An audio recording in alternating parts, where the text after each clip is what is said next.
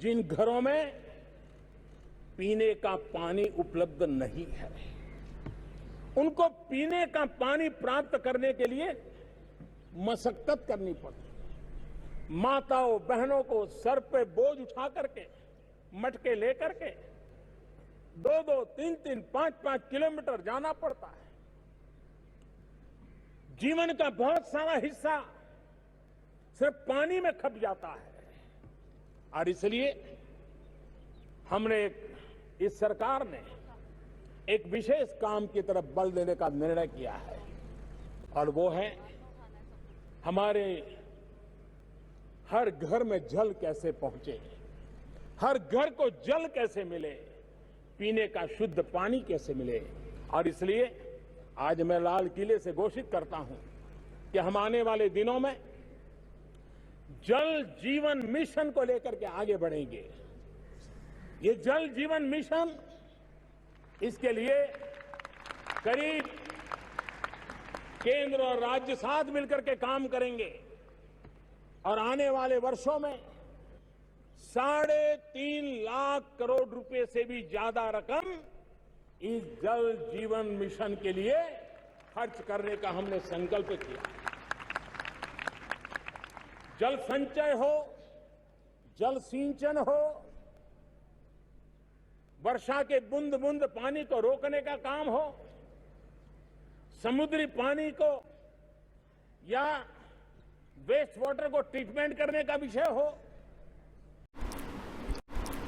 Immediately after assuming PM post in 2014, Honorable Modi ji in his first address to the nation on Independence Day expressed his agony for village women who roam 3 to 4 hours daily to collect few liters of drinking water for their family. He launched Jal Jeevan Mission to supply drinking water at every doorstep. The task was assigned to cabinet ministers, for which 3.5 lakh crore rupees were allocated for completion of the project. Soon, Niti Aayog and other government agencies started working on the mission. Media and news channels invited experts for discussions on planning and execution work so that we overcome future water crises. Unfortunately, all funds have been misappropriated on wasteful efforts without achieving the targets of the mission. Thus, the mission could not be successful. Extract of few futile discussions held by reputed news channels are highlighted here. Foregoing discussions held among the experts clearly show that the mission was poised on wrong footings. जमीनी हकीकत के लिए काम करने वाले कार्यकर्ता स्थानीय स्तर पर उपलब्ध जल संचयन के लिए ट्रेडिशनल मेथड्स जैसे जल संग्रहण के लिए उपयुक्त सिविल कंस्ट्रक्शन कार्यों में लग गए। यह जल कृषि उपज को सिंचित करने मात्र ही सीमित था, अतः घर घर में ड्रिंकिंग वाटर पहुंचाने के उद्देश्य की पूर्ति नहीं हो सकी। इस तरह न्यूज़ चैनल्स पर एक्सपर्ट्स के डिस्कशंस को दिखने और स्थानीय जल संचयन के निर्माण कार्यों में ही सरकार के बजट की धनराशि 3.5 लाख करोड़ खर्च हो गई और पीएम मोदी जी का सुनहरा स्वप्न जल जीवन मिशन असफलता की भेंट चढ़ गया। जल जीवन मिशन को सफलता बनाने के लिए आवश्यक था कि पाइपलाइन के द्वारा जल की अधिकता वाले जलाशयों से सूखाग्रस्त स्थानों में पानी भेजा जाए। तात्पर्य है कि निकटतम समुद्र स्थल से पानी को लिफ्ट करके सूखाग्रस्त स्थानों में सी वाटर लेक्स निर्माण करते हुए नदी के उद्गम स्थान में भेजने के उद्देश्य से पूर्ति संभव है। The key to the success of Jal Jeevan Mission lies in the unique concept of natural water cycle, propounded by little girl Shagun Mahajan of class 6 of the EMMS school. She presented a working model in the science exhibition held at Angel Valley School, Bhilai in the year 2019. Her model won the best prize and her article was published in reputed children magazine Brain Feed October 2019 issue. The model depicts the message that God has given us only half water cycle and it is our responsibility to complete it by lifting seawater and discharge it at the river origin point.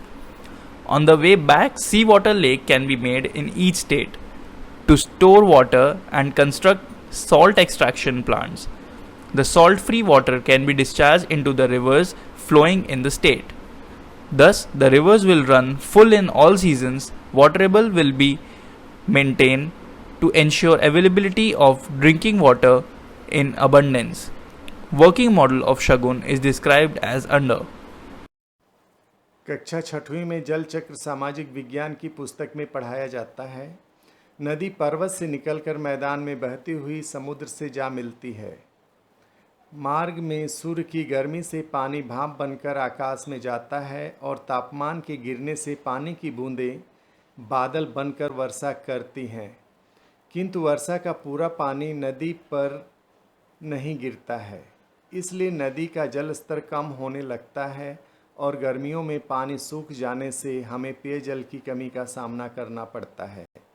किसी ने कभी भी नहीं सोचा कि प्रकृति का यह जल चक्र अधूरा है और इसे पूरा करने का काम हम पृथ्वीवासियों का है। इस दिशा में इंजीनियर्स लोगों को ध्यान देना चाहिए। शगुन महाजन ने जल चक्र को पूरा करने के लिए नर्मदा नदी को उदाहरण स्वरूप प्रस्तुत किया है। नर्मदा नदी अमरकंटक से निकलकर मध्य प्रदेश, महाराष्ट्र और गुजरात राज्यों में बहती हुई अंत में अरब महासागर में विलीन हो जाती है।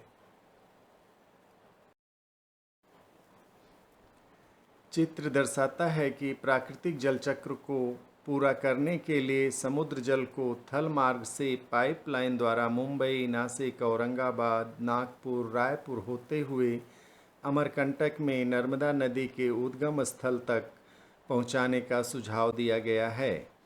यदि समुद्र जल को आधुनिक तकनीक से पंप और पाइपलाइन बिछाकर अलग अलग राज्यों में नमकीन पानी की कृत्रिम झील निर्मित करते हुए वापस नदी के उद्गम पर पहुंचा दिया जाए तो नदी का जल स्तर हर मौसम में सामान्य बना रहेगा और नदी कभी भी नहीं सूखेगी। यह समझना अति आवश्यक है कि पृथ्वी स्वयं बहुत अच्छी छन्नी फिल्टर बेड है। इसलिए समुद्र जल को वापस नदी के उद्गम में छोड़ देने से पानी पीने योग्य बन जाएगा और इस कार्य को पूरा करने में अधिक से अधिक लोगों को नौकरी मिलेगी, उद्योगों में बढ़ोतरी होगी और राज्य खुशहाल बनेगा। वर्तमान में वैज्ञानिक और इंजीनियर समुद्र जल के शुद्धिकरण के लिए सी कोस्ट पर प्लांट लगाते हैं। यह तकनीक बहुत महंगी है। हाल ही में प्रधानमंत्री श्री मोदी जी इजराइल यात्रा पर गए थे। वहां उन्होंने जीप पर जल शुद्धिकरण का यंत्र देखा। जीप की कीमत 2.5 करोड़ रुपए है और वह एक दिन में 20,000 लीटर पीने युक्त पानी बनाती है। मोदी जी इजराइल से 4 जीप खरीद कर लाए और उन्हें गुजरात भेज दिया। 10 करोड़ रुपए में मात्र 80,000 लीटर पानी पीने युक्त प्रतिदिन। यह बहुत कॉस्टली विकल्प है। Graduates are recruited for internship training at Approved Job Skills Training Center. Soon, its franchise center will open all over the country. Training period is 1 year. During training, monthly stipend is Rs 15,000 consolidated.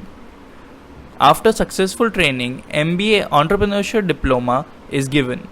Job security is also ensured. Interested graduates may apply on the pro forma given here and send it to the head office by email.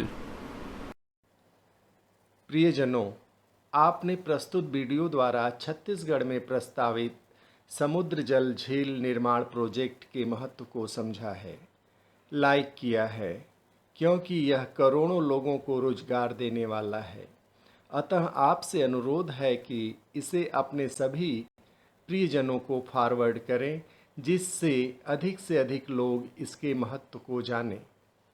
आवश्यकता है कि video प्रदेश की सरकारों तक पहुँचे और वे रोजगार के नए आयाम हेतु प्रोजेक्ट को लागू करने का निर्णय लें।